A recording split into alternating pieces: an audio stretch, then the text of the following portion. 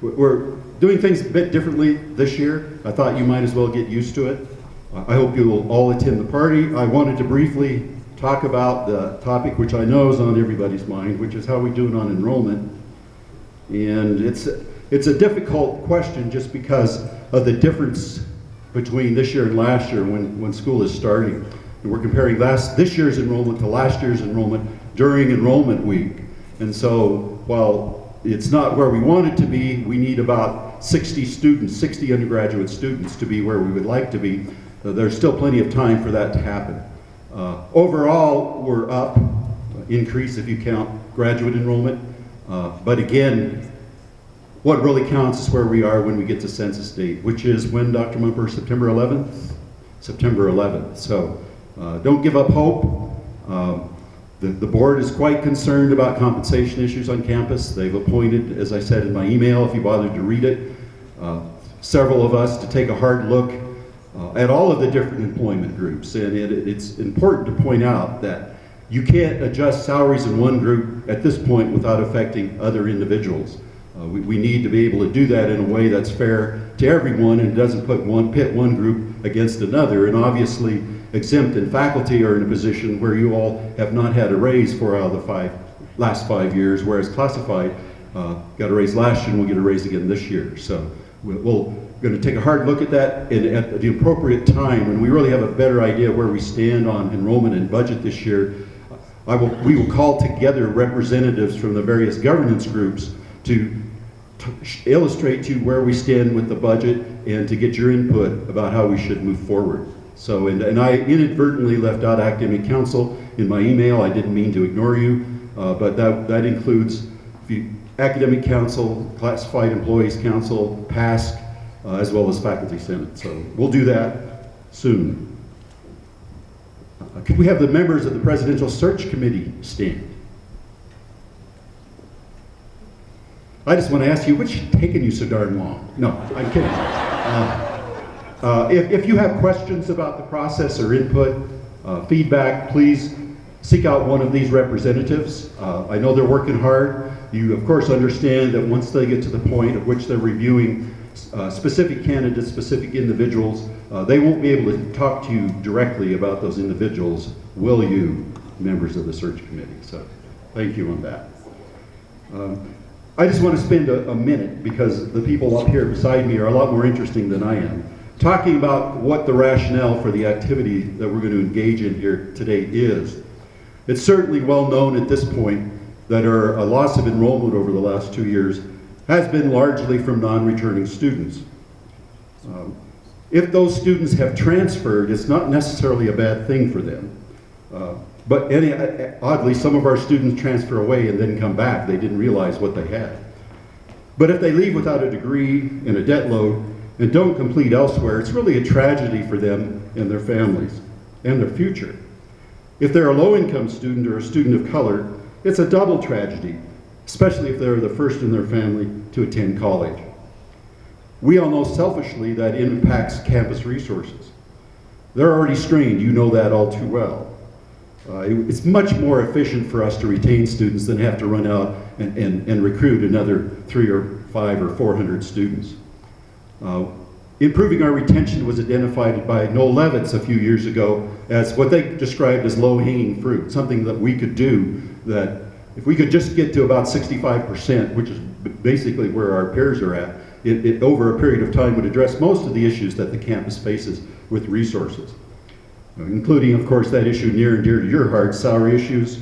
And it would also improve our score and our performance contract moving forward.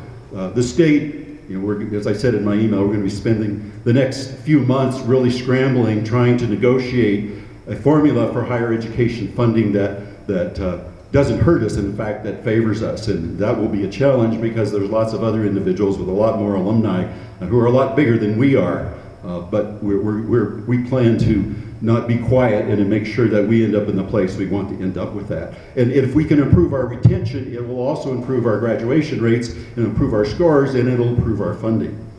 Last year we had a retention roundtable, you'll recall, and we have 6 committees that were formed as a result of that. and those committees are about to come back together, correct, Dr. Mumper? And we'll be issuing some recommendations. One of the recommendations that we went ahead and implemented, and this for all of you, if you have freshman students and you notice they don't have their textbooks, which is really not a good idea, because the way that the federal financial aid is distributed, they can't distribute it to those students that have been enrolled for 30 days.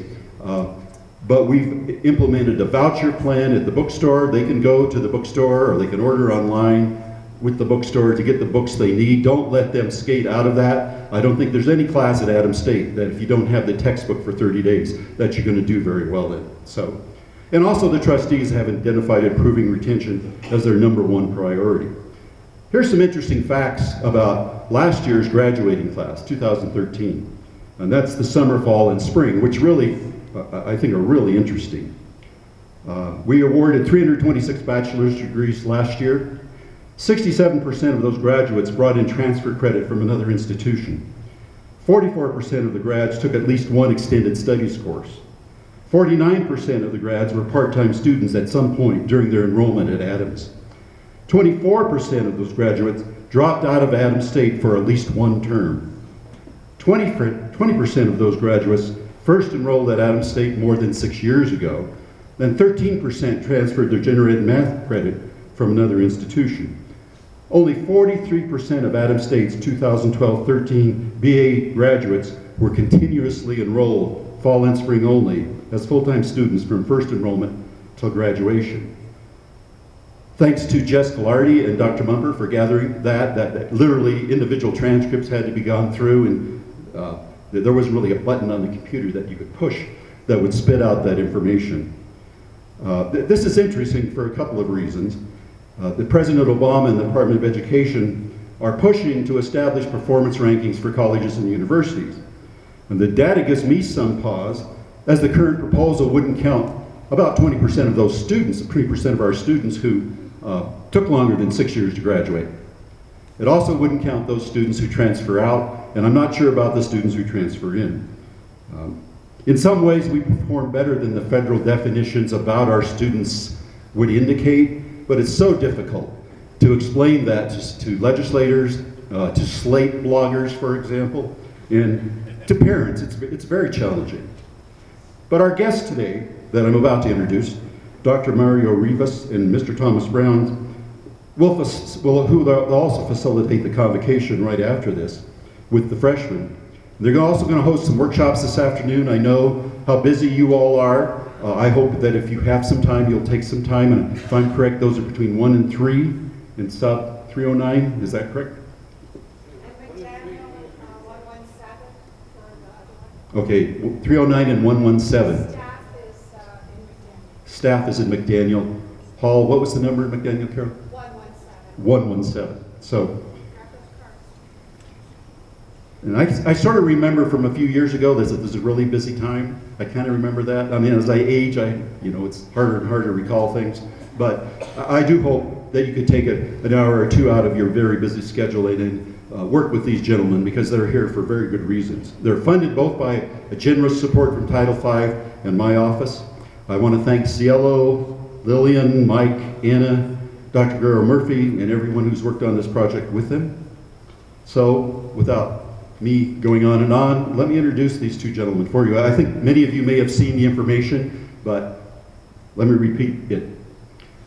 Dr. Mario Rivas is a nationally recognized speaker and has published extensively regarding student leadership, counseling, and teaching practices. He earned a PhD in counseling psychology from the University of Minnesota, Minneapolis. He has held numerous positions in higher education, including Associate Dean of Undergraduate Studies at San Francisco State, Vice President of Student Services at Berkeley City College, and Assistant Director of the Martin Luther King Advising and Student Leadership Program in the College of the Liberal Arts, University of Minnesota.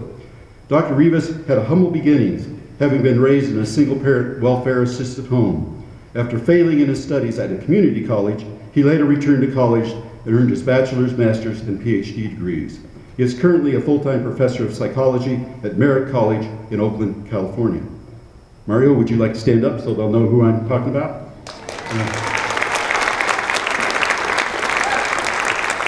Thank you for being here.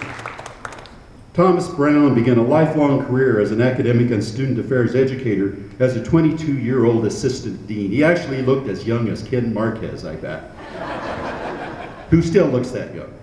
For more than 2 decades, Tom opened new academic years by facilitating professional development workshops for new and continuing faculty advisors, keynoting the Parents and Family Welcome Program, and speaking to new first-year and transfer students at St. Mary's College of California. Dean Brown's goal was to increase awareness that student success is a shared goal and responsibility. He engaged faculty, staff, parents, and families to support students to move into college effectively, so they might move through and move on in pursuit of their personal, academic, and career goals. He will share some of what faculty and students said mattered to them as they begin their new academic years and new chapters in their educational journeys. It's so good to see all of you. I look forward to listening and participating in what we do today, and I look forward to talking to each and every one of you during this, I think it's my last year at Adams. Thanks.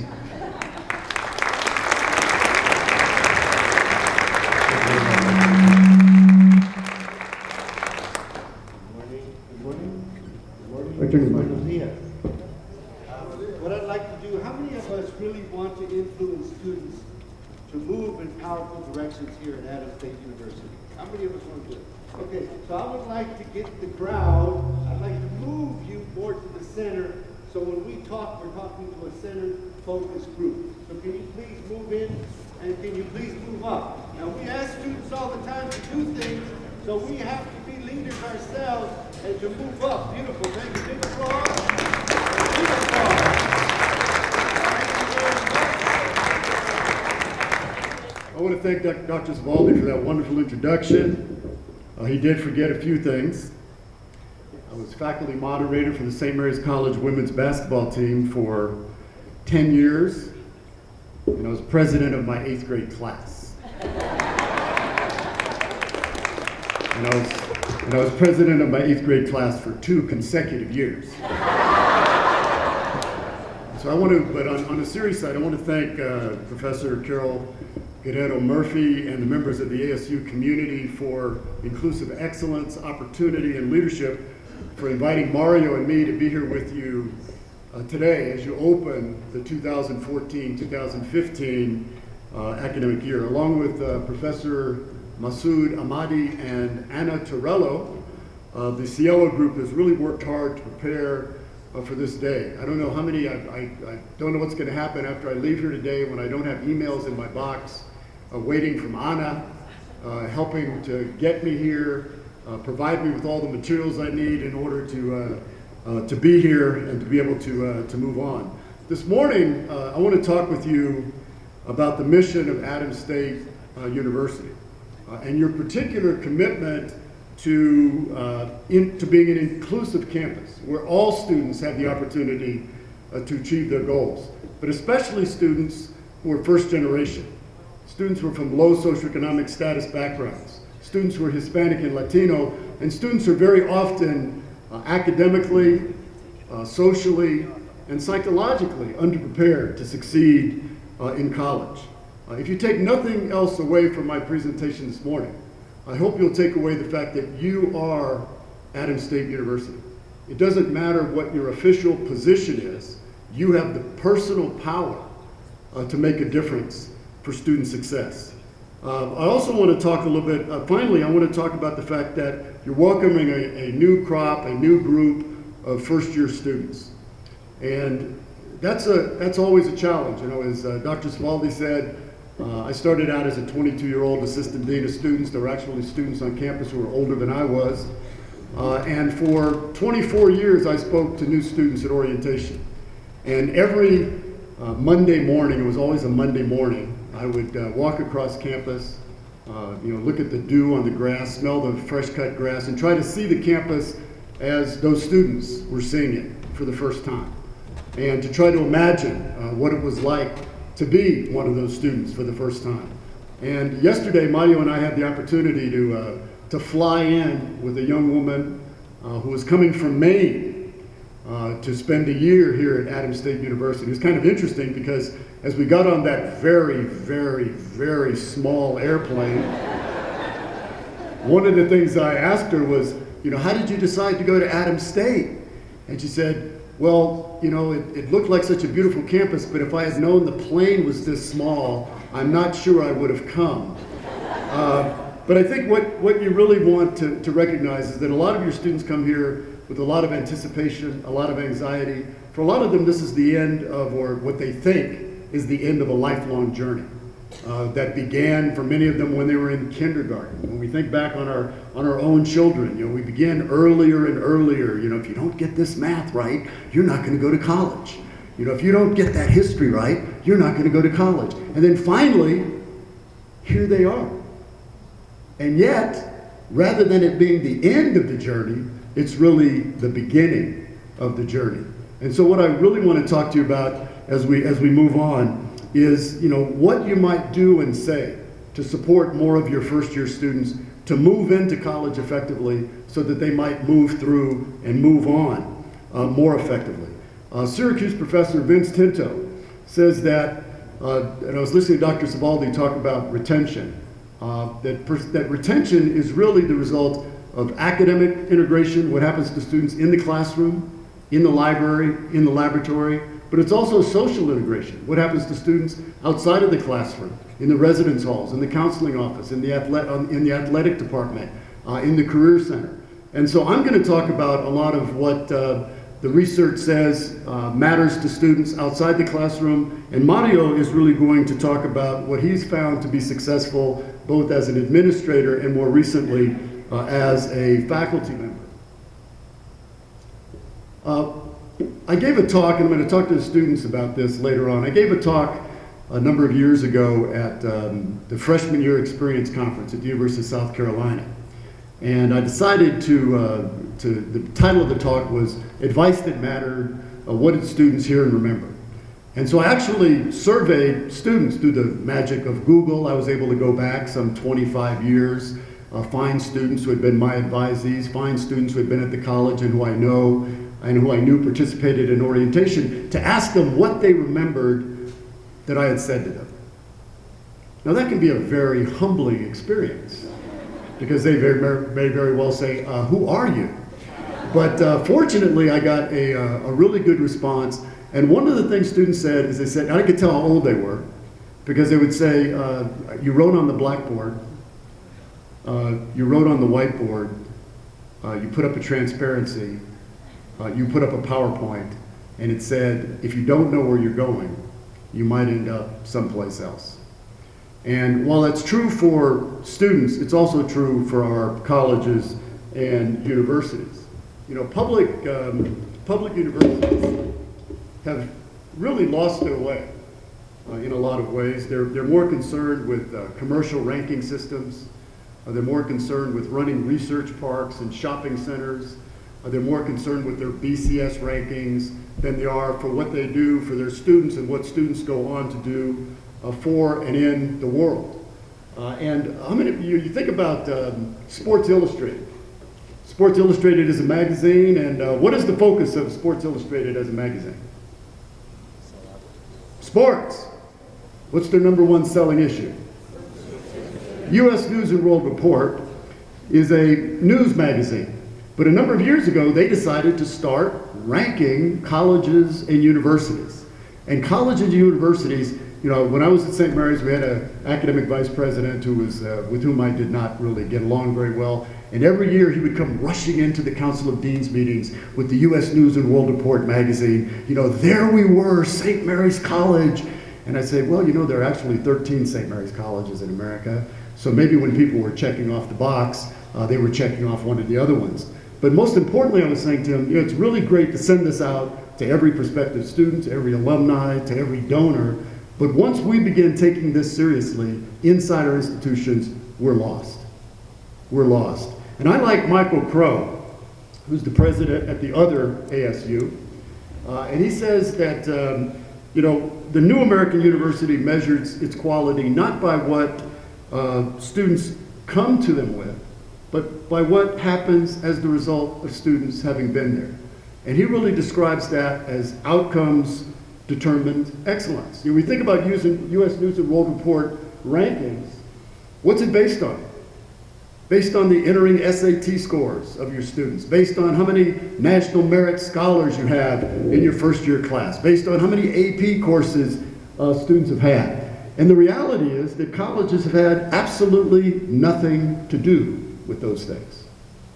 And so what you really want to do, Dr. Crow is saying, is to measure your excellence based on what happens to students as a result of their having been with you. Well, colleges really are in the dream business. You know, when you talk to students, they all have visions, they all have dreams of what it is they want to achieve.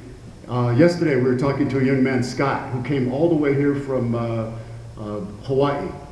And his goal is to go back and work to support the indigenous people in their struggle to gain control of their land. That's a young man who came to Colorado from Hawaii with a dream. And so, you know, your slogan, I love your motto, you know, that great stories begin here. But the thing that was really impressive as I look at a lot of college mission statements is that you say, you know, that it's more than just this statement, that student success really is at the center of your work. Well, the American formula for success has always been based on 5 pillars. There's a book that was written several years ago by Tom Friedman, who is the writer for the New York Times, and Michael Mandelbaum, who's a professor at Johns Hopkins. And it has a really chilling title, because the title of the book is That Used to Be Us. And in that book, they say that there are 5 pillars to the American success story, and number 1 is greater public education. But we're facing a very real challenge. You know, for most of my life, the United States ranked number 1 in the number of young people with degrees. Today, we're number 10. And actually, I've seen data that show that we're closer to number 14. And that's not simply that the United States is investing less and less money in education. It's that the rest of the world is investing more and more money in education. You know, in the 1980s, I recruited students all over Asia and the Middle East. And in many of those countries, they had 1 or 2 universities. I was in Saudi Arabia in May. They used to send tens of thousands of students to the United States. I went to King Fahd University of Petroleum and Minerals, which is now one of the 100 top research universities in the world. Now, when you initially read that, I'm thinking, yeah, well, top 100, there are 4,000 colleges and universities in the United States alone. So, I mean, it's not just that we're falling behind, it's that the rest of the world is catching up. And there's a new book that just came out. It's called Excellent Sheep. And it really focuses on the miseducation of the American elite. And one of the points that the author makes is that, you know, the truth is there are powerful forces at work in our society that are hostile to the college idea. You know, they don't believe that the capacity to think critically, to have educated citizens, is really fundamental to democracy. And the author concludes that, above all, they reject the notion that education is a basic human right. And so when we look at what's happening in this country, you know, the low participation of students from lower income families, first generation families, less educated families, is the education challenge of our era. It is the education challenge of our era. But as long as education is viewed as a competition, you know, women move forward, men lose. Blacks move forward, whites lose. Latinos move forward, blacks lose. You know, that's kind of the game that's being played in this country today. And I very often say, you know, I took Latin when I was in high school. I can tell you what year any cartoon was made. But it also developed in me a fascination for language. Education is not a zero-sum game. You know, we are in competition with each other. But as I used to tell the women on our basketball team, compete comes from the Latin, com, which is together, and patire, which is to seek. That compete literally means to seek together to create unum from the pluribus that is this nation. Well, as I said, you know, education is, you know, when we look at the reality, you know, that this nation will not become number 1 again until we increase the number of students from underrepresented groups who achieve their educations, particularly at the higher education level. You know, as Barack Obama says, you know, education is a national security issue. The countries that out-educate us today will outperform us in every area tomorrow, and tomorrow is already here in many arenas. So, when we look at what's happening in higher education across the country, too many students are dropping out. In the 1960s, 1 in 5 students dropped out of college. Today, 1 in 3 students drops out of college.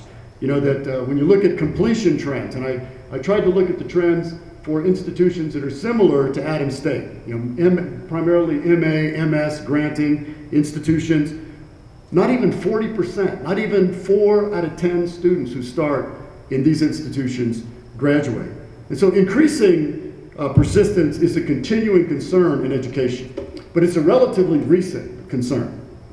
When I look around the room, I see people of a certain age like myself who may remember their first day at orientation when a professor got up in front of you and said, look to your left, look to your right, 2 of you won't be here next year, and the faculty said, yes! Because students dropping out was almost a sign of institutional quality. Well, let's go to a state legislator today and say, you know what? We're flunking out 6 of every 10 students. A good friend of mine used to be my assistant dean, said, if you're being run out of town, get out front and make it look like you're leading a parade. Because what's happening today is when the federal government, when congressmen and senators start looking at the complex issues that are confronting higher education, they're going to come up with very simplistic solutions. And this suggestion from Tom Harkin is gaining ground all over the country. Jerry Brown is talking, the governor of California, saying we're going to fund schools in the future, not based on how many students they have, but how many students they graduated the year before.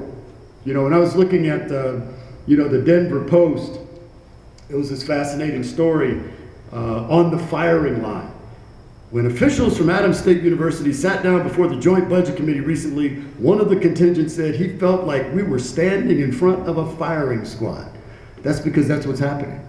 You are standing in front of a firing squad because increasingly politicians, parents are asking not how many students do you take in, but how many students leave on graduation day. I think the thing that's going to be beautiful today is all the students are going to gather in here. The faculty, the staff are going to be together in here. And this will be the first time that you'll be together as a community. And the next time you'll be together as a community is when you gather in this place or a place similar to this to watch students walk across the stage and receive their diploma. And that's a very symbolic opportunity to have. In the 1970s, the issue was access. In the 1980s and 90s, it was retention. In the future, it's persistence and success. And I've already used 4 terms. Interchangeably. Retention, attrition, persistence, and success. Retention is the process of holding or keeping in one's possession. Retention is really about the institution. Retention is about a student coming to Adams State University in the high plains or the high deserts of Alamosa, Colorado, discovering that she wants to major in marine biology, and you say, Adams State University is the best place in the country for you to major in marine biology. Retention is not about students, retention is about us. Attrition is and I love this photo. I was at the University of Oklahoma a couple of years ago, and the Dorothea Lange photos were on exhibit from the Depression. And it says, attrition, the process or state of being gradually worn down. And that's what happens to our students. When you walk out, when you look at the students coming here this morning, and you watch them walk across campus the first couple days, they're so full of excitement and enthusiasm, and they're just so great to be here. And then you look at them 3 weeks into the semester, and the process of being gradually worn down has already started for too many of them. What we're really talking about is persistence. And persistence literally means to continue to exist or prevail, especially where others have not. When you think about Black and Latino males, Mario and I were working on the Hispanic Scholarship Foundation and the Gates Millennium Scholars Initiative to increase the enrollment of Black and Latino males in college. That we told groups, there are 10 Black and Latino males who start the first grade in this nation's largest cities. Of those 10, 3 or 4 will finish high school. Of those 3 or 4 will finish high school, 2 will go to college. 1 will go to a community college, one will go to a four-year college. You know, that kid you see sitting out in the quad with his jeans down around his butt and his cap on backward, that's the one student who survived where 8 or 9 other students fell by the wayside. That's not an at-risk student, that's a high-potential student, and the question is, what do you do with them? And then the final one is success. And success is a fascinating term. It's kind of like excellence. You know, I've been in higher education now for more than 40 years, and I can't remember 40 years ago anybody talking about excellence. You know, excellence. Like, it's kind of like grade point averages these days when I talk to students. You know, everybody's got like 4.6 grade point averages. It's like, what is that exactly? You know, is that an A plus? I guess a 4.3 would be an A plus. So a 4.6 must be an A plus plus. And you are really excellent. Excellence is a meaning that doesn't have very much, that's a word that doesn't have very much meaning anymore in this culture. I'm going to be, you know, frank with you. Everyone is excellent. It's kind of like woebegone, where all the children are above average, you know. So, you know, when we look at, you know, success, this is what Indiana University defines as success. You know, academic achievement, but most importantly, equitable outcomes. Equitable outcomes. How many women are persisting in science, technology, engineering, and math? How many men, how many black male students are persisting in mathematics? How many are graduating? How many student athletes are graduating? I always say that I noticed that you're a D2 school, scholarships. We met a wonderful young man on the plane yesterday, looked like a linebacker. Turns out he's on the lacrosse team. Football coaches are here, you need to go get that kid, you know. But, you know, as I thought about it, I said, you know, scholarship athletes are the only group of students we require to miss class as a condition of scholarship. You know, so we start looking at what our graduation rates are. What are the graduation rates for our student athletes? What are the graduation rates for students who come in undecided? So, you know, success is about equitable outcomes. Well, you know, colleges are more likely to blame student leaving on students. You know, kind of the usual theories of student departure, it's about them. You know, they're not able to take college seriously. They're not able to, you know, to take responsibility. Or sometimes we get really deep. We say, well, it's the lack of opportunity structures in our society. But rarely do we ask the question, what about us? And more importantly, what about me? I have to keep turning around and looking at the screen because I'm not sure this pointer is advancing it. You know, so it's kind of like a good friend of mine used to be the president of Kennesaw State, says, you know, we build beautiful campuses, we hire excellent faculty and staff, we develop a challenging curriculum, then the wrong students show up. And isn't that it? I mean, so often on our campuses when I talk to them, I say, you know, what we need to do is teach the students we have rather than the students we wish we had. Or more importantly, as Vince Tinto says, faculty are looking for younger versions of themselves. So the older we get, the better we were. So we don't see younger versions of ourselves in students who struggle. You know, there was a wonderful example. 2 women who were researchers up at the University of Colorado a number of years ago, and they were looking at leaving sciences. And they determined that 40% of students leave engineering, that 50% leave biological science, that 60% leave mathematics. And what would most people attribute the cause of that leaving to? Too hard. Too hard. Lack of ability. The students in that study had 650 math SAT scores. You know, so I guess what do we need? Students with 700 math SAT scores? You know, so the reality is, and the research continues to demonstrate, it's what happens after students enroll that really determines whether they stay or they go. You know, and it's all aspects of campus life matter. You know, when students talk about what a beautiful campus this is, and it's really a beautiful campus, who are they talking about? They're talking about the facilities people. They're talking about the maintenance people. They're talking about the people who clean the classrooms, who make sure, nobody ever calls facilities and says, hey, I want you to know the air conditioning is working really well today. You know? So, or when they talk about what a friendly campus it is. You know, certainly they're talking about faculty, and they're talking about the staff, you know, the administrative support staff, but actually they're very often talking about the administrative assistants, the receptionists, who greet them when they come in to their offices. They're talking about the security people who show them around campus. You know, when I was a dean, I used to be away from my campus for, you know, days at a time at conferences. I used to be away from the campus for weeks at a time, recruiting in Asia. And while I was gone, my office functioned very well, thank you. But if Maureen or Arlene or Marcy, our administrative support staff, are gone for more than 2 days, our whole office fell apart, you know? And so it's almost like, you know, we need to turn the reward system upside down and recognize that the administrative support staff, that the facility staff are as important as any faculty member, any administrator in supporting students to be successful. As a matter of fact, a good friend of mine, a good friend of ours, Jose Leyva, Dr. Jose Leyva, he said he grew up in a farm worker camp. Nobody in his family went beyond the 4th grade. In his first day on campus, you know, they sent him from the assessment office to the registrar's office, over to the financial aid office, back to the English department. He said, finally he stood up, he said, I don't want to be here anymore, I'm leaving. He said it was a secretary who put her hand on his shoulder and said, son, you don't have to leave, I'll help you out. He said that secretary had as much to do with my becoming Dr. Jose Leyva as any faculty member I ever had, any advisor I ever had. So as I said, it takes a campus community to support students to be successful. You know, Richard Light, who's at Harvard, wrote a book a number of years ago. It was called Making the Most of College. And in his book, he said, you know, he interviewed, you know, tens of thousands of students.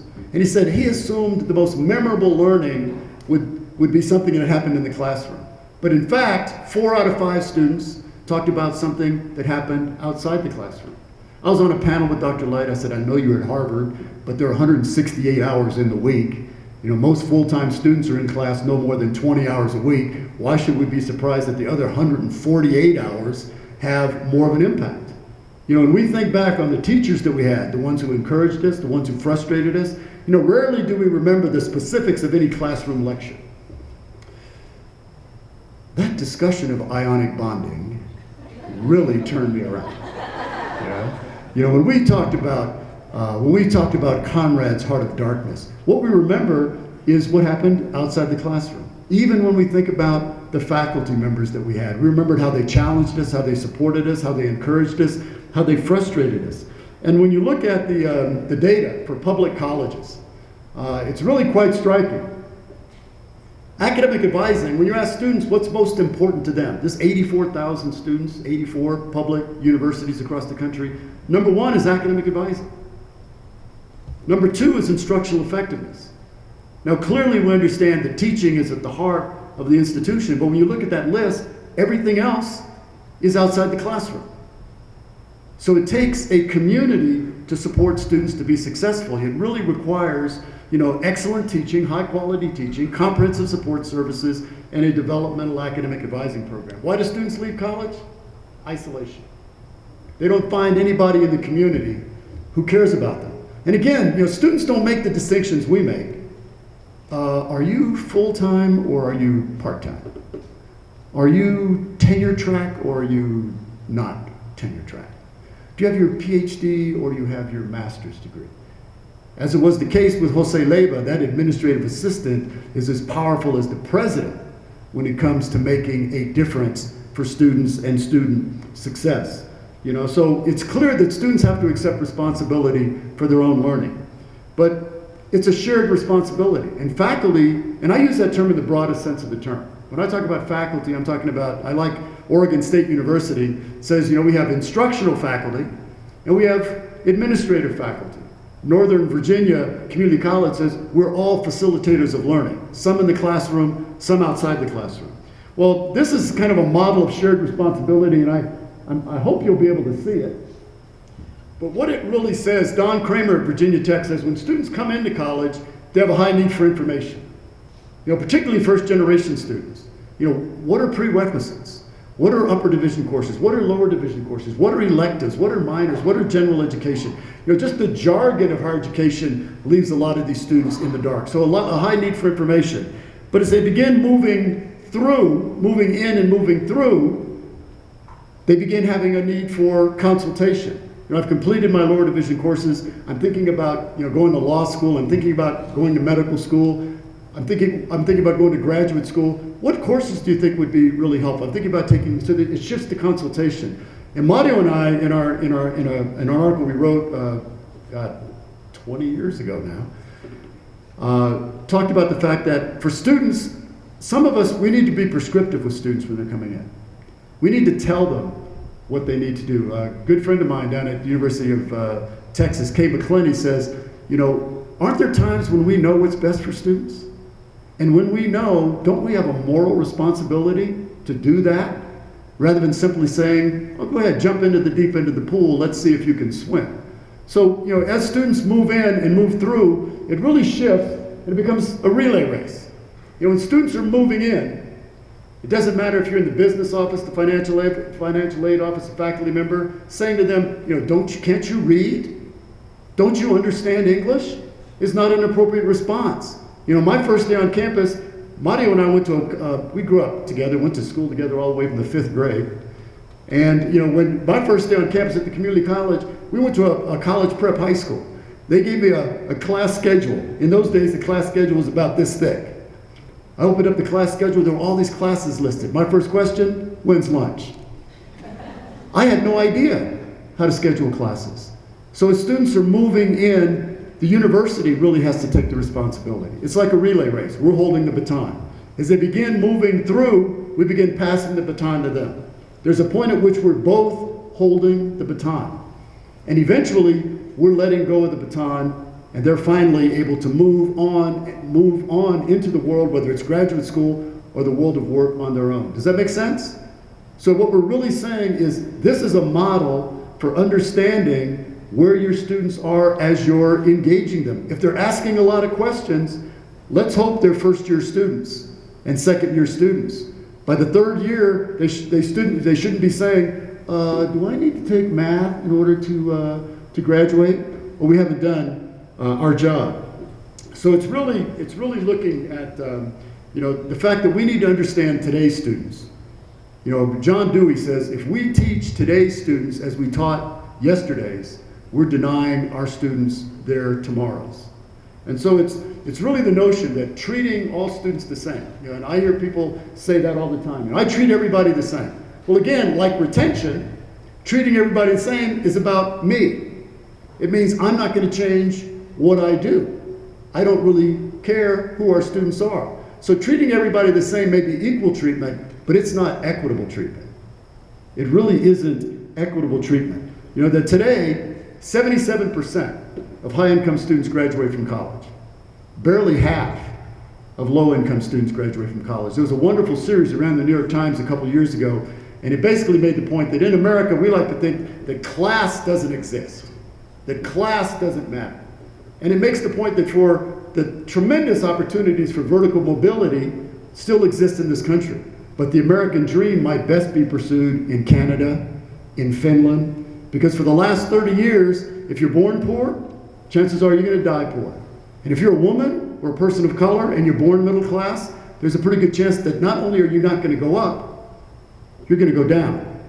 And so what we're really talking about, and in the article, it really made a very powerful point. It said, you know, the most important decision a child will ever make is choosing the right parents. Because who your parents are determine where you live. And where you live determines the quality of school you attend. And the quality of school you attend determines the degree to which you are or are not ready for college. So when we confront students who are underprepared, are we blaming them for having chosen the wrong parents? You know, 40% of students coming to college this day are still first generation in their family. And yet most of them leave college without a degree. And most of them are from lower socioeconomic status backgrounds. You know, when we look at the data for Hispanic and Latino students, you know, what we like to do in this country sometimes is kind of declare victory and move on. Well, the reality is we're not there yet. We've made tremendous progress, but we're not there yet. Still, 11% of Hispanic and Latino students between the age of 25 and 29 have a bachelor's degree. You know, so, and when you look at what, you know, it's what happens after students enroll. That students base their decisions to stay or go on their relationships with faculty. And it's all about relationships. It doesn't matter if you're a faculty member. It doesn't matter if you're a counselor. It doesn't matter if you're a coach, a resident assistant. It's the relationship that you develop with students that determines whether or not they persist or they leave. And so, when you look at what your students say in that Noel Levitt survey that Dr. Savaldi referenced earlier, faculty members are caring and engaged. They know their students well, and students are their first priority. They're very invested in their students. I don't see that on many campuses. On most campuses I see, I got a TA, I don't know who the president of the university even is. How many students do you have here? 3,000? 4,000? It's still possible, as I walk on the campus, I'm saying, whoa, it's kind of like a private college education at a public college price. Because this campus looks like a lot of the private colleges that I visit, and when students have access to faculty such as they have here, this is the kind of feedback you get. Well, the reality is that many non-traditional students want their doubts erased about their being capable of learning. And that's especially true for students who are first generation, Hispanic, Latino, African American. I always like this, use this quote. It's from one of my former students. My first day on this campus, I looked around and thought, what the hell am I doing here? I'm not one of them. It's only a matter of time before they realize I'm not one of them. I'm not rich, I don't have a loving family to go home to, and I'm not smart. I scored 580 on my SATs. How many of our students come with those kinds of doubts? Well, this young woman got a bachelor's degree with honors in business, in Spanish. She went to Notre Dame Law School. She passed the California bar and the Michigan bar. And the first time I put that up, a friend of mine said, 580, that's not bad. How'd you do on the math? And when I talk to kids, I say, when you sign up for the SAT, they give you 400 points. He said, whoa, she didn't do very well. The point I'm making is, when I talk to that young woman, it's about validation. It's about really saying, you belong here. I believe in your capacity to learn and succeed on this campus. When Tammy went to Notre Dame Law School, I said, when you get there, there are going to be people who question whether or not you deserve to be here.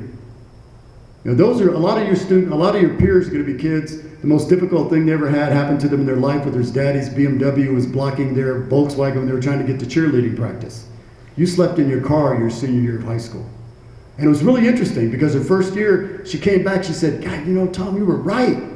There were students there and they got, the professor called on them in class and they couldn't answer and they broke down, ran from the classroom crying. They got C's on their first tests.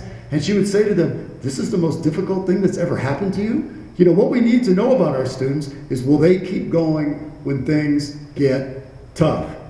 And so, it's I like Dudley Hirschbaum. Isn't that a great name? He's a chemistry professor at Harvard University. And he says his first day of class, he doesn't give them a text assignment. He doesn't give them a problem set to solve. What he does is he says, it's more important to be ardent than to be brilliant. It's more important, if you work hard, you can be successful. He says, if you stick with me, you're going to get through this class. And the most important thing he does, and this is a Harvard professor, tenured Harvard professor, he actually puts together an advisory group of students in his class to give him feedback on how the class is going. And what he finds, of course, is who comes to those the advisory group? The really strong students. But the beautiful thing is when they come, they talk about their peers who are struggling. They say, well, I really get it, but my roommate is really struggling and she's embarrassed to ask a question in class, so that they're able to reach out. The most important thing is, the notion, again, and this is from that Noel Levitt's report, the best place for first generation students in the state. Isn't it the most diverse campus in the state of Colorado? I mean, I got to admit, when Mario and I arrived yesterday, and we were driving this young woman around like two proud parents, because she didn't have a ride from the airport. And so we said, the guy at the airport said, well, I'll give you a bigger car so you can take her over. And so we were driving around campus trying to find out where to take her. And finally we, found Buffett Hall and we moved her in and we kind of tearfully walked away and left her. But I mean, but one of the things that struck us was how diverse the campus was. How diverse this campus is out in the middle of somewhere. And so, part of what, part of what I want to do is, I don't know, I know we have a lot of athletic department people here today. The students are going to come in. The students are going to come in a little later on, and I'm going to ask you to do something that is happening on more and more campuses. I want you to basically say, I'm going to ask you at a certain point, to basically stand up. I think you guys are going to be up there, the students are going to be down here. I want you to stand up, because I'm going to say that I believe that you can be successful, but more importantly, the faculty and staff of this university believe that you can be successful. And I'm going to ask you to say that. I'm going to ask you to say that. There's this wonderful chant that started at Utah State a number of years ago. It's really beautiful. You know, I believe that, I believe that, I believe that, I believe that you, I believe that you, I believe that we can win, I believe that we can win. I'm not going to ask you all to do that. But I am going to ask you to stand up and say, we believe that you can succeed, as one voice. We believe that you can succeed. And, you know, symbols are very powerful to students. Symbols are very powerful to students. A lot of them are going to be scared to death when they walk in here. You know, this is going to be, and so I'm going to ask you to do that, and I want you to do it as one voice. So let's practice right now. All right? We're basically going to say, I'm going to basically say, do you believe students can succeed? I want you to say, yes. Yes. We believe you can succeed. That's not bad. Wouldn't win any national cheerleading competitions. So let's try that again. I'm going to ask, do you believe these students can succeed? Yes. We believe you can succeed. We believe you can succeed. Beautiful. Because that's what they need to hear. That's what they need to hear. Well, because helping students move into college is the most important work for educators. I think, you know, Plato said the beginning is the most important part of the work. And you look at first to second year attrition rates. And this is what's happening nationally. And what's really striking is you lose 44% of your students between the first and the second year. But when you ask those students, when you ask your students in the National Survey of Student Engagement, are you satisfied or very satisfied with Adams State? More than 70% say, I am, of first year students, say I am satisfied or very satisfied with Adams State. So there's a disconnect in there somewhere. There's a disconnect in there somewhere. And you know that many students who leave college leave as a result of what happens in the first 6 weeks. I very often say it's not the first 6 weeks, it can be the first 5 minutes. In the financial aid office, in the business office, in a class where, you know, I don't understand what the faculty member is saying, and I go back to the Hirschbach, you know, method. I think the first thing you should say to students in class is, I want you to be successful. I want you to be successful. I'm going to work with you to be successful, but you're going to have a role to play in order to be successful because it is your life. Well, a major part of working with first-year students, a good friend of mine who used to be the director of the first-year program at Syracuse, says, is helping students understand they're not in high school anymore. And, you know, I do a survey on campuses, and I ask faculty a very simple question. Do you believe students have a realistic understanding of what's required to be successful in their academic work? 20%, less than 20%, 13% of faculty agree or strongly agree students have an understanding of what's required to do academic work. You know, that, well, you know, and part of that is because what's happened in high school. This is ACT. 89% of high school teachers believe their students are well qualified or very well prepared for college. 26% of college faculty agree that's the case. And when you ask students, first-year students, how many hours did you spend a week studying in high school? 54% said they studied 2 hours a week or less. You know, that's where we are. 28%, you know, I mean, 54%, 5 hours a week or less. 28% studied fewer than 2 hours a week.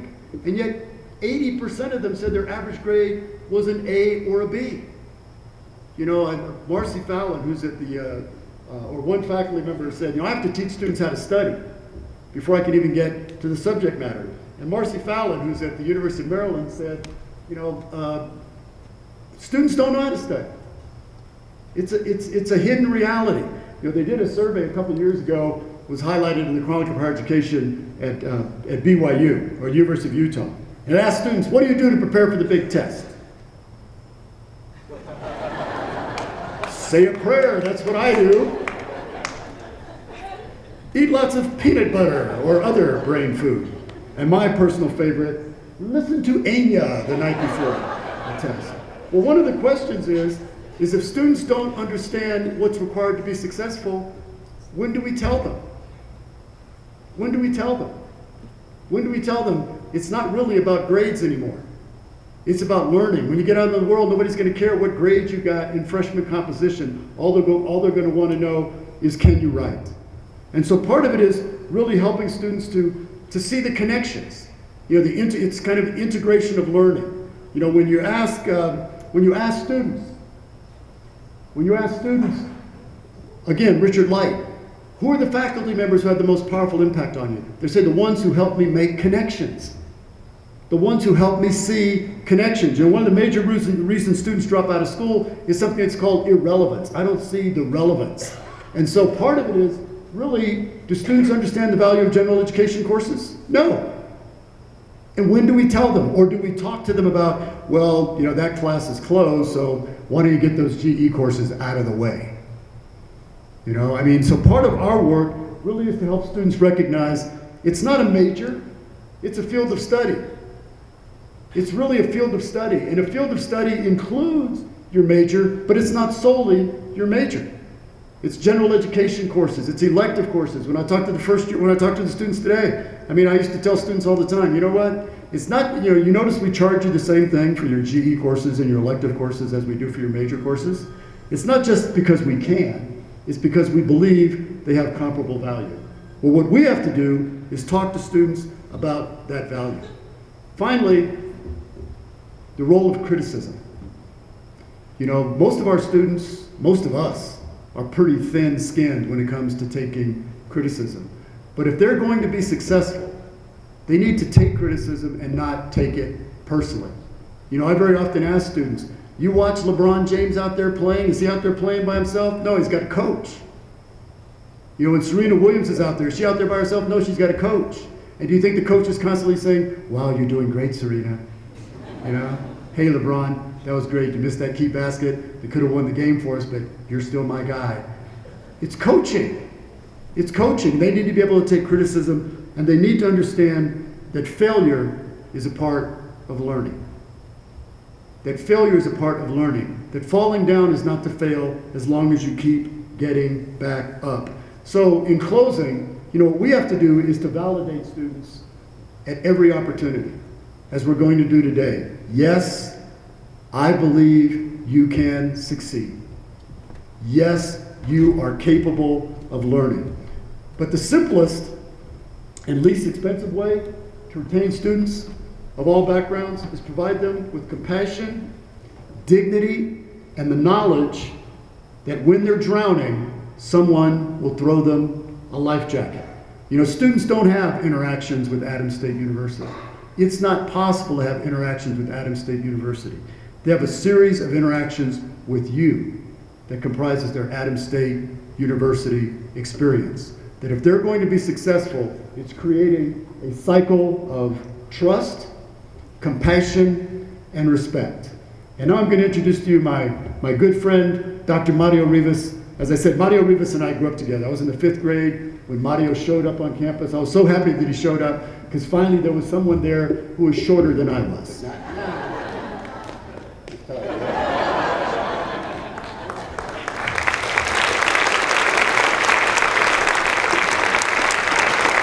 And Mario and I went all the way through high school together.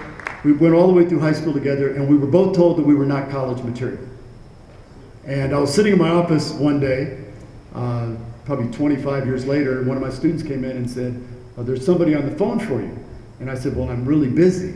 He said, well, he called you Tommy Brown. I said, Tommy Brown, is it my mother? And she said, no, it's Dr. Mario Rivas. I said, Dr. Mario Rivas? The only Mario Rivas I know is a little gangster from North Oakland.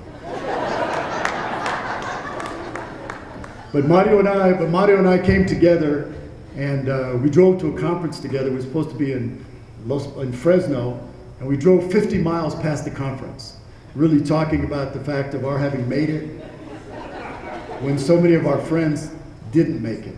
Yes. And we've spent the last 20 years together writing, presenting, publishing to support kids like ourselves, to let them know not only are you college material, you have the potential to achieve any vision, any dream you have for yourself. My good buddy, Mario Rivas.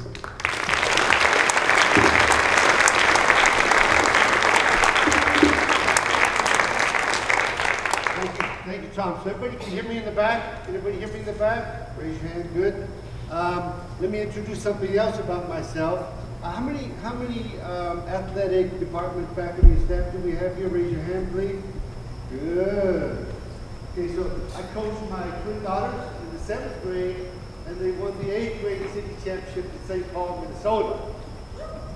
Okay. I also coached elementary school and high school students in Oakland, California. Although I'm a 49er fan. To city championships in baseball, basketball, and football.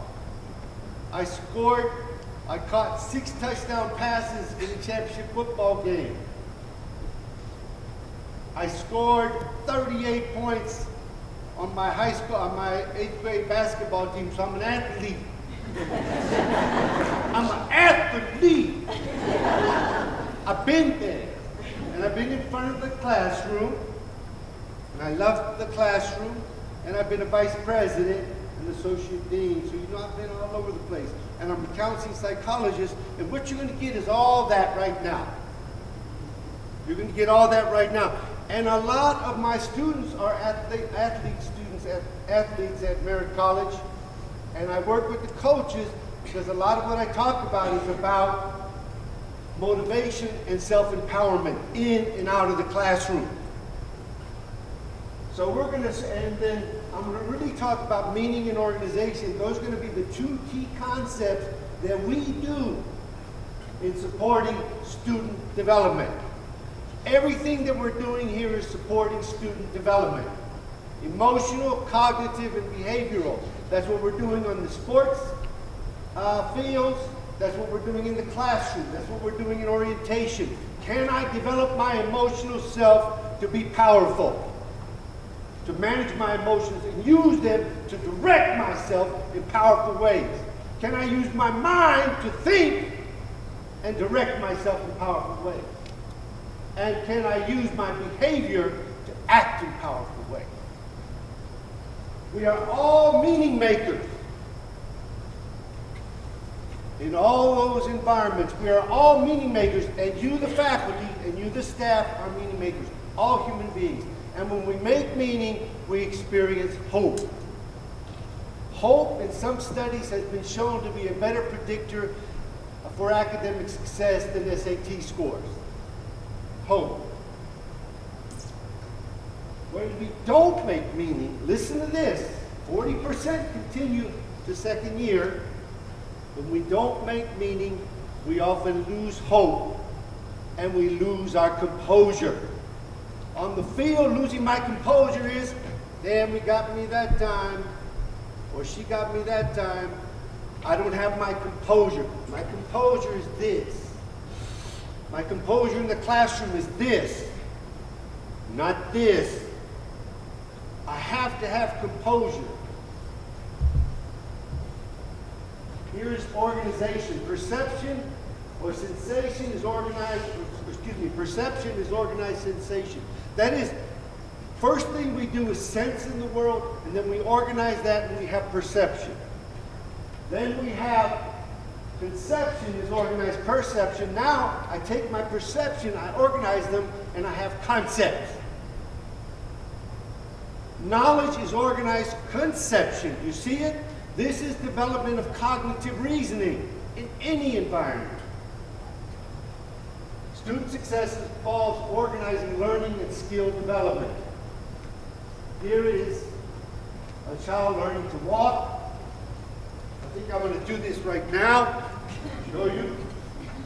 Maybe in later on, but I'll do it now. Here's a child, here's what we all went through. Right? Anybody remember this? When we did this. This is learning a new play on the sports field. This is learning how to stand up in class and be seen and speak. And then, can I let go? Can I let go? Whoa! Whoa! So how many times does a child fall down before he or she gives up learning to walk? How many times? Let me hear it. They don't give up. Not a lot, they don't give up. And why not? Because, we come over here, I watch my voice, because we are meant to stand and be seen and express ourselves. That's what the child has. But how many times does a student get a D on a test and give up? You got the difference? Our schools are fear factories where we learn to compare and despair. Oftentimes in elementary school, if a child makes a mistake in elementary school, what do the other kids do? Let me hear it. Right, so we've been trained well, right? Our schools are fear factories where we learn to compare and despair. In the classroom, can we change that in college? Because they come in fearful. Is somebody smarter than me? Am I dumb? You see what my body just did? What did it just do? I think yours might work, Maria. Gotta put it on. Help me put it on. Testing? Okay, good. I might have a voice when I fly down that little plane back in those mountains. So, our students are learning to stand. How many of us, honestly, are a little fearful of giving talks before groups? Raise your hand. Yeah, that's good.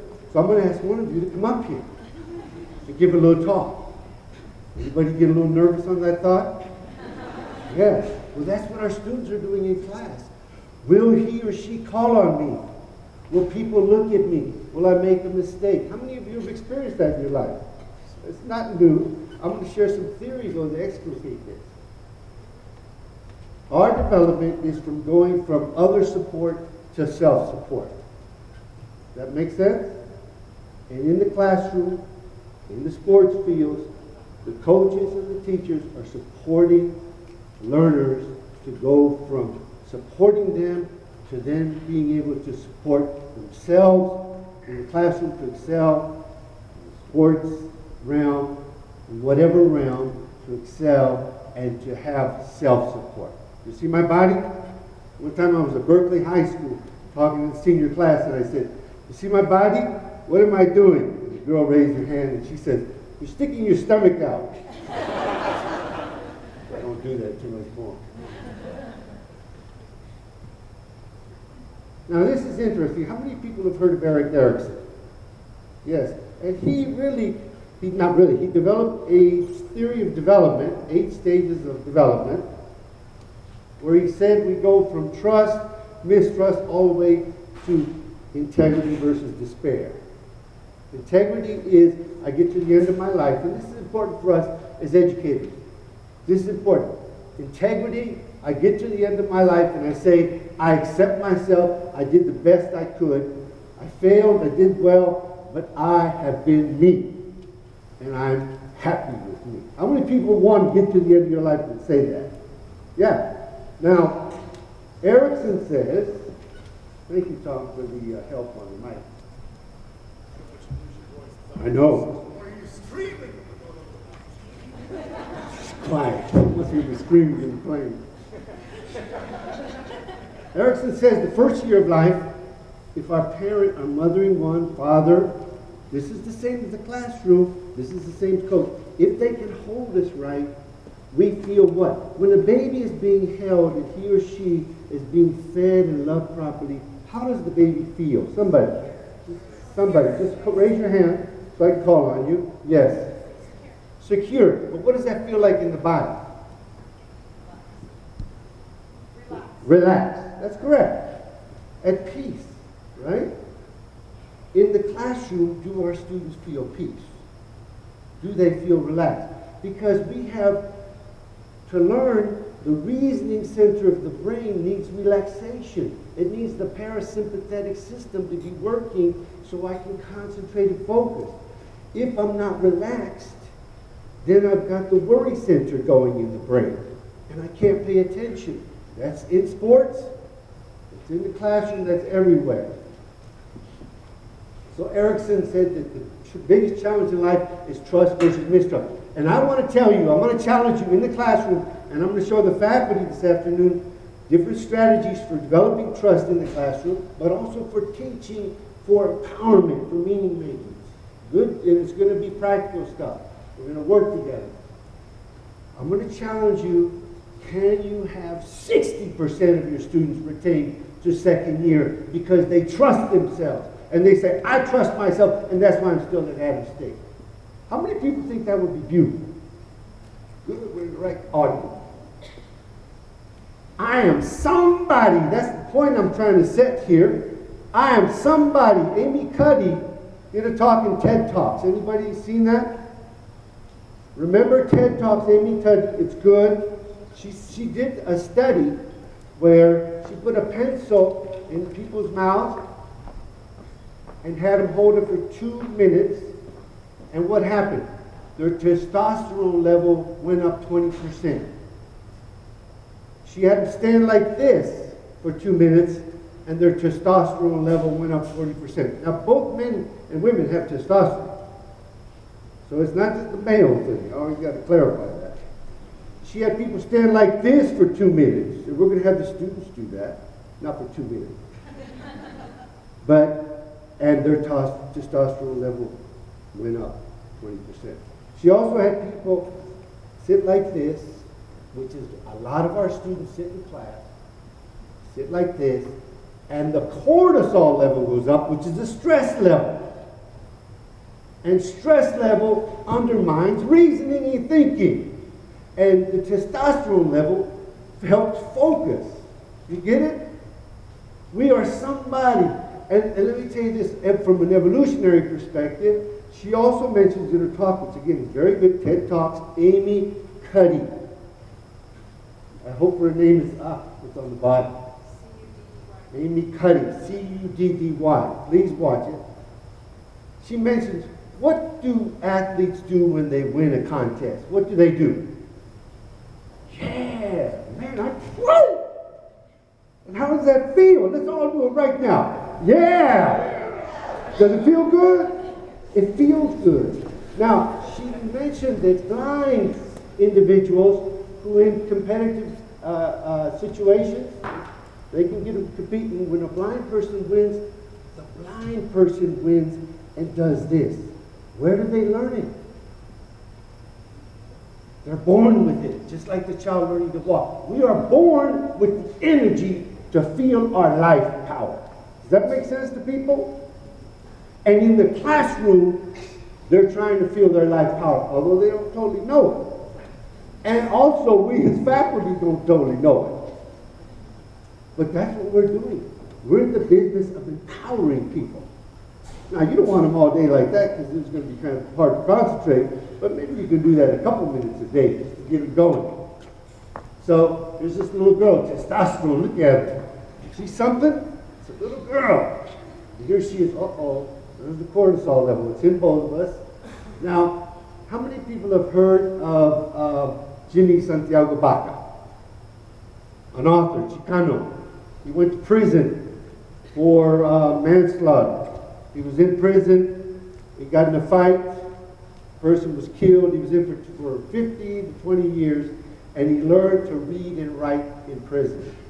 He's a beautiful poet. He's written a book, A Place to Stand. If you want to understand Chicanos, it's a beautiful book to read.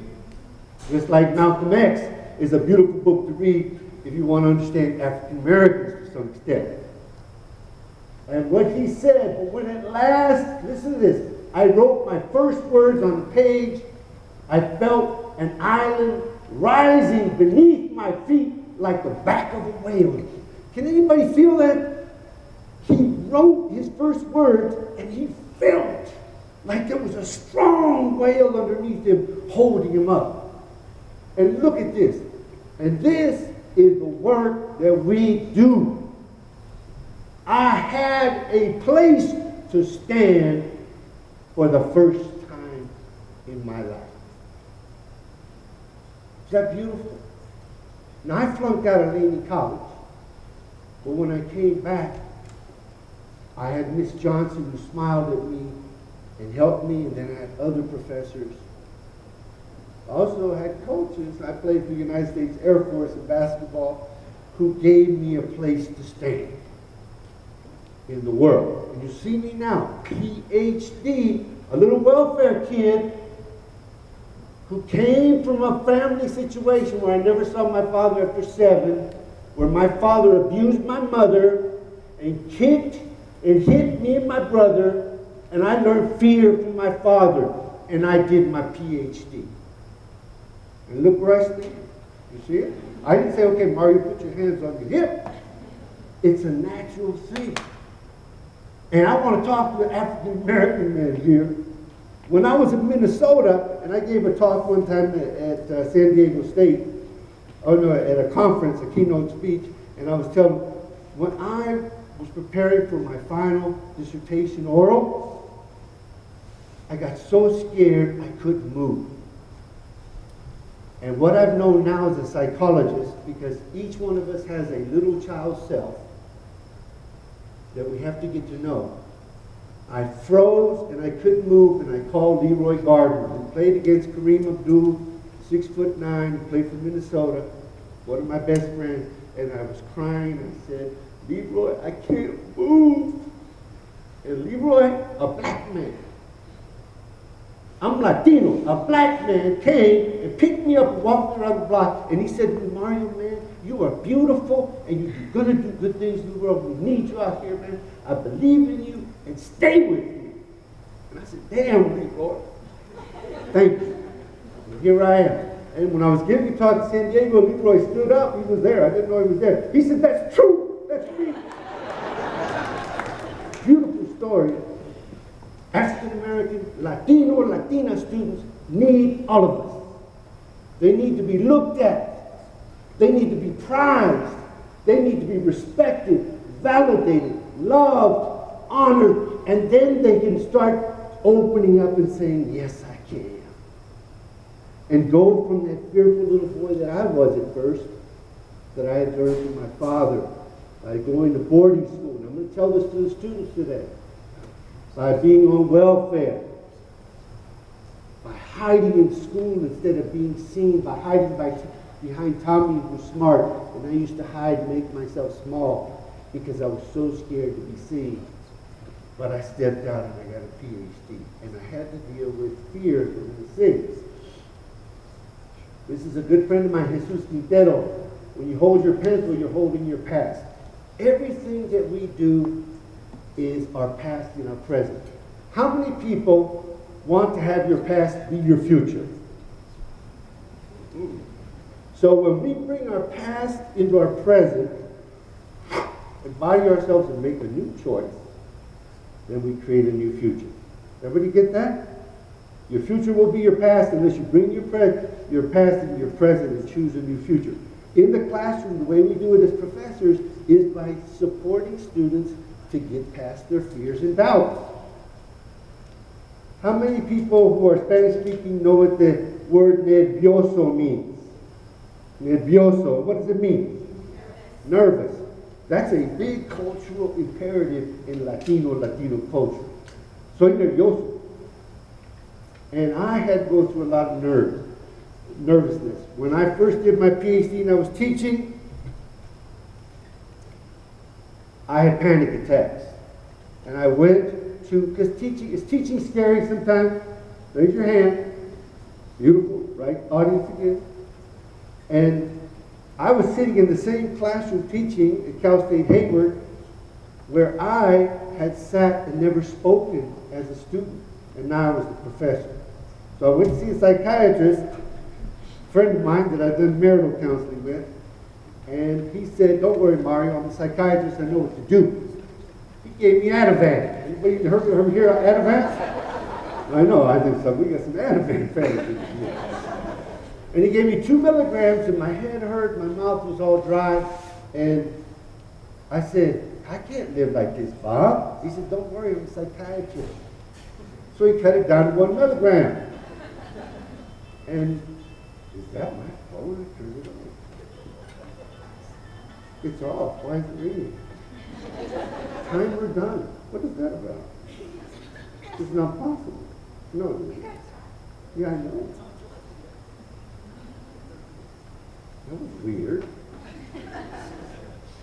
Yeah, I'm doing good. Okay. So he gave me 1 milligram from Mario was back. I went back to class and I was cool. So I took Ativan for a little while, and then I cut it out when I was teaching, and I would only do it when I did talks like this, 0.5 milligram. But then, when I was associate dean at San Francisco State, I'm sharing, and Tom says that you often leave your talk. I know what I'm doing. I was associate dean at San Francisco State, and every day I would go, and my arms would be nervous, tense. Anybody ever experienced stuff like that? Yeah. One day I was walking with Tom, and I was crying because after I was divorced, this woman that I was in love left me. I was saying, why? And I got in touch with myself that I never was able to do that with my father. Does that make sense? So part of my nervous arms is the fact that I'm reaching out for love that I didn't get from a powerful man in my life. How many people get that? How many people understand that? Nervous arms, when I'm associate dean, are learned past, are memories. So now when I want to reach out for help from others in the campus, I feel scared to do it. How many people are clear now? Okay, that's more people. So I went and I started doing Gestalt training. I'm a Gestalt trained psychologist for 5 years. And one day when I was going to give a talk to campus like this, I told Morgan, I said, Morgan, I'm going to give this talk and I'm getting anxious and I'm thinking about taking Ativan again. He said, well, Mario, and I don't want to take Ativan because I want to be Mario, not Ativan. How many people can relate to that? Let me see a show of hands. Activity, I'm going to ask you to do this here. And he said, okay, well, on the way there, ask your little boy what he needs. And I did, and I cried, and I did a lot of work for my little boy that was fearful and hurt. And now when I'm in the classroom, I can be me. When I'm before you, I can be me. I don't have to be my little boy who's scared to talk. And will they love me? No, I have a mind and I have a purpose here. So we're all in development. That's what I tell you, the faculty, all of us here. And a lot of times if we get upset with students or we reject students, it's not necessarily because of them, but it's our inability to really integrate ourselves and be powerful of what we're doing. Because how many of you want to be successful with all our students here at ASU? Yes. So you've got to become skillful. So let me try to get to that. Learning, which involves a change in self-organization, in the perception of oneself is threatening and tends to be resistant. This is Carl Rogers. If you as faculty, you as staff, the students as students are trying to become powerful, they have to change themselves. And that's scary. How many people get that one? Okay, we're in development. And what we have to do is create places to stand in all our programs, in all our classrooms, all over the college. That's what I'm talking about. And we have to create that by organizing meaning. Now here is how I do it. And I used this in my dissertation in Minnesota. And this is the way I help students to reflect on development and faculty and business leaders. Metropolitan Insurance Company of Minnesota wanted me to be their trainer because they like this model. Okay? So how many people here are at 100 and know what the word sedulous means? Raise your hand. 100 meaning I know it totally. Anybody? Who here is at 0? Raise your hand, be proud. Higher, I want to see. Higher, I want to see. Good. So I'm going to move you to 100. Sedulous is an adjective. It means painstakingly persevering. So, painstakingly, the person perseveres and they don't give up, even though it hurts. How many people are clear on what sedulous means now? Good, let's get clear. Maria was sedulous. She never gave up despite the frustration and pain often associated with becoming effective, successful. How many people are at 100 knowing what the word sedulous means now? Good. That's what development is, going from 0 to 100. In the classroom, economics, psychology, biology, on the sport, you know, what do you need to learn? What are the skills you need? 0 to 100, let's start working on it. So all learning is a matter of gaining more and more information.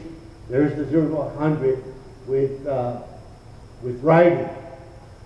And I'm going to share theories now that show how students don't do this and they get confused in learning.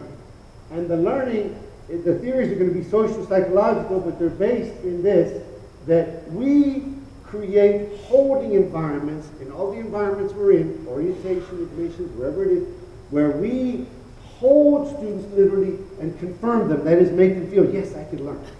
Everybody got that? Next one is, we contradict them. You're not doing it right. You need to change. And then we produce continuity. That is, hey, you're not going anywhere, I'm with you. You don't have to go anywhere, I'm going to stay with you. These three variables, Robert Keegan at Harvard has researched and says are the three variables that support development. Now, what students think about themselves and what we think about them affects their development. So their stereotype threat. Who here understands what stereotype threat is about? Okay, good. Who here wants to know what it's about? All right. And then low ability attributions, ego versus task involvement, cognitive neuroscience. Okay? We all have social identities, and if those social identities, cognitive neuroscience, social identities, I'm African American, Latino, I'm a Latino male, I have a social identity. I'm a woman, I have a social identity. I'm an older person, I have a social identity. I'm gay, I have a social identity. If you put me in environments where I'm a minority, then I start experiencing stereotype threat. How many people get it, sort of get it? What will happen with that? What will people think about my stereotype?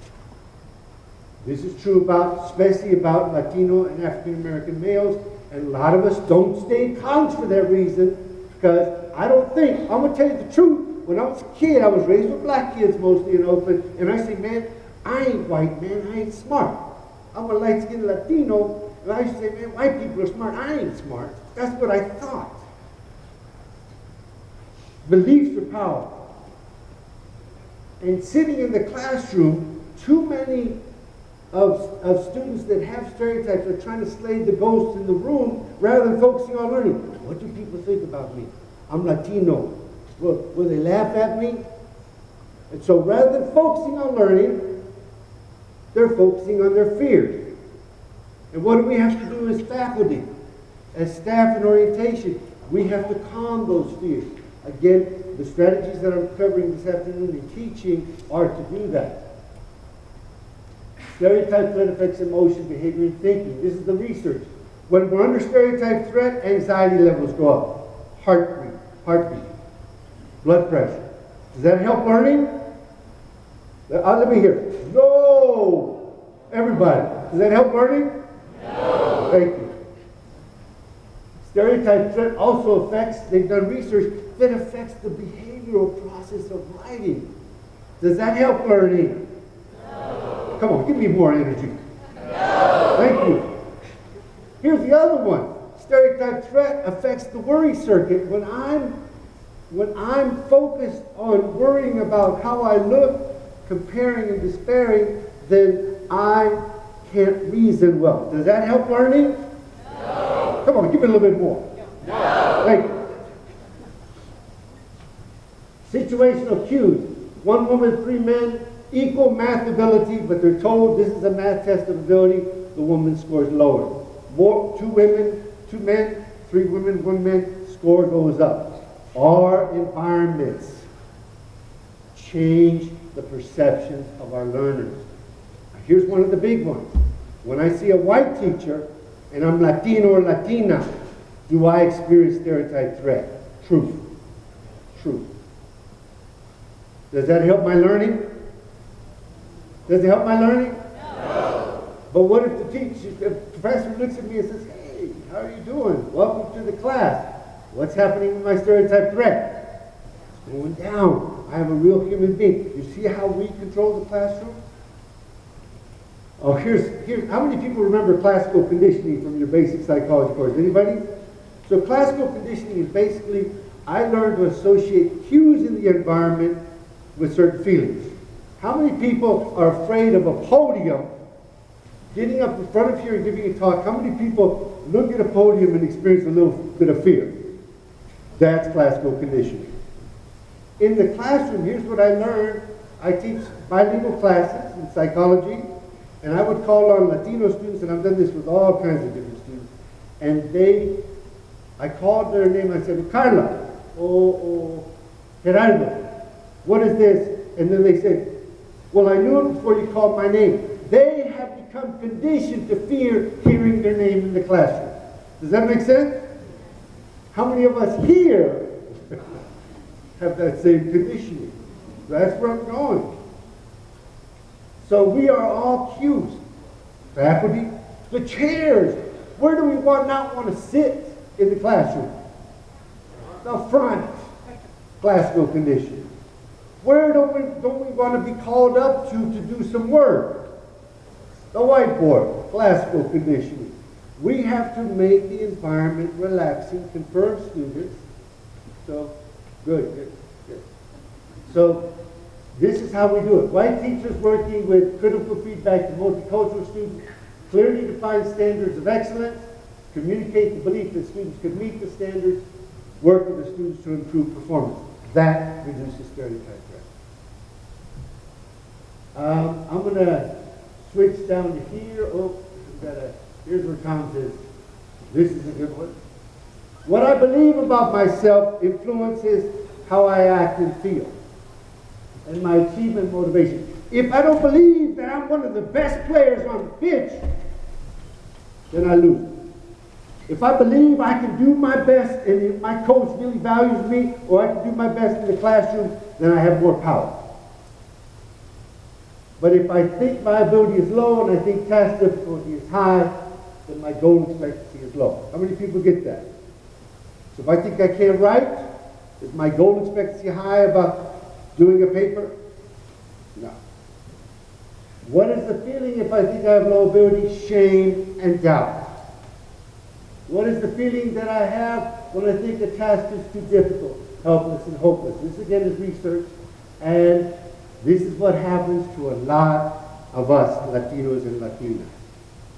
And a lot of people that come in and are non-traditional students who have parents that can't teach them about thought. Task versus ego involvement. In elementary school, we learn to compare and despair. Here's how I use a 0 to 100. And this we'll finish on this. But here's the work that we're doing. We're trying to change the mindset and the body set of students. Have I made that point clearly? And the 0 to 100 allows you to look at yourself and say, okay, I'm at 40, and if I'm at 40 in writing, what's a good level to get you to feel confident and competent? 0 to 100, just call it out. What was it? 0 to 100, what's a good level to read? 100 is perfect, no. 85, how many people would like to be at 85 in writing? They're like, there you go, just get the students there too. Now, but if I'm at 40 and I think, oh, damn, what am I doing in college? If I, like me, when I went to Laney, was probably at 40, but I just published another article in a national journal in the summer, I used to think, oh man, I ain't nothing. I'm stupid, man, soy tonto. ¿Qué estoy haciendo? What am I doing here? I'm ego involved, and I give up, and I leave. But if I'm task involved, I'm at 40 and I want to get to 80, and I define how to get there, the steps to get there, and I develop confidence. Everything we do is to help students to develop their level of skill. And once they define the skill, they break it up into doable, the task into doable components, and they reinforce effort. Why Asian students are so good. because they effort. They become powerful. And then I want to go back to this. Get better, not bitter. Every time you move up 40 to 50, get better. Ego involved 50, oh man, everybody's at 90, bitter. Get better, not bitter. Get better, man. You're going to be better. You're going to get better. How much time? This is it, 2 minutes. Okay. Here's the big thing. We want to change students' mindset from fixed ability. Too many students come to college and think they have a fixed IQ. No, the research now is clear. I'm talking to neuroscientists. Every time you learn something, you make new neuron connections and you change your intelligence. That's the expandable mind. We want to shift students to the expandable mind. You can. You can be here next year. You work. Go to the Learning Center. Come and see me in my office hours. I have office hours where I have 10 to 12 students study with me. We've got to reach out to students. We have to bring them in and empower them. So you're going to hear me a little bit more with the students and the faculty. I'm going to be more concrete on strategies in the classroom to draw students to you and to empower them as meaning makers and learners and to achieve success here at Adams State University. Thank you.